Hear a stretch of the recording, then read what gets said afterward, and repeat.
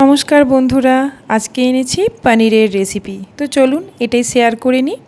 পনিরের রেসিপি বানানোর জন্য যে সমস্ত ইনগ্রিডিয়েন্টস লাগবে আমি আস্তে আস্তে বলতে থাকছি, দেখতে থাকুন।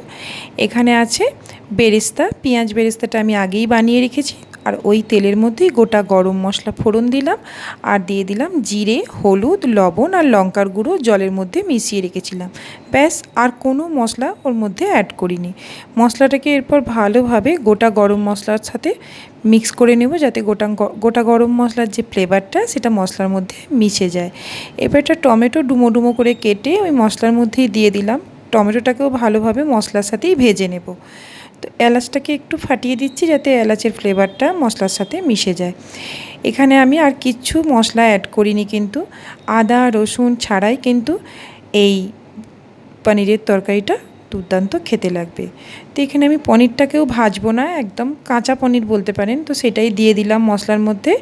ওই মশলার সাথেই পনিরটাকেও হালকা হাতে নাড়াচাড়া করে ভেজে নেব। মিশিয়ে নেওয়ার পর একটুক্ষণ 2-3 মিনিট পর্যন্ত মশলার সঙ্গে পনিরটাকে মিশিয়ে নেব। এরপর আমি এখানে 2 ডাবু মতন বলতে পারেন, তো ছোট যে বাটি 2 বাটি দুধ দিয়েছি। একদম দেখতে পাবেন ভিডিওটাতে যে ওইটুকুনি বাটিটা, ওই বাটিটার মধ্যে যতটুকু দুধ ধরে তো সেটাই দিয়েছি। তো একটুখানি মশলাটা পনিরের সঙ্গে মিশিয়ে দেখলাম আরও একটু পরিমাণ লাগবে, তো আরও 1 বাটি দিয়েছি, তো মোট 2 বাটি দিয়েছি। তো এখানে দুধটার সাথে পনিরটা একটু ভালোভাবে ফুটতে দেব, আর একটুখানি মেথি পাতা ওপর থেকে দিয়ে দেব। মেথি পাতাটা আমি কাঁচাই দিলাম, না রোস্ট করা কোনো কিছুই কিন্তু করিনি। মেথি পাতাটা জাস্ট প্যাকেট থেকে বার করেই দিয়ে দিয়েছি।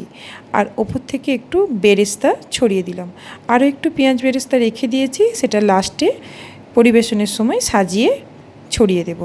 তো এটা আর একটুখানি গ্রেভিটা ফুটিয়ে নেব। বেশ মাখো মাখো গ্রেভিটা হয়ে গেলে তখন নামিয়ে নেব। একটুখানি বাটার দিয়ে দেবো ওপর থেকে। যদি বাটার না থাকে, বাড়িতে বানানো ঘি এটাও দিতে পারেন। আর যদি মনে করেন যে ঘি বাটার কোনো কিছুই ইউজ করব না, তাতেও কোনো অসুবিধে নেই। একটু লাস্টে বাটার দিলে একটা বাইরে দোকানের খাবারের মতন স্বাদ আনে। তো ব্যাস, রান্না আমাদের রেডি হয়ে গেছে। এরপর বেরেস্তাটা ওপর থেকে ছড়িয়ে দিলাম। চাইলে এখানে একটুখানি ধনেপাতা কুচি ছড়িয়ে দিতে পারেন। ব্যাস, পরিবেশনের জন্য। ধন্যবাদ, ভালো থাকবেন, সুস্থ থাকবেন।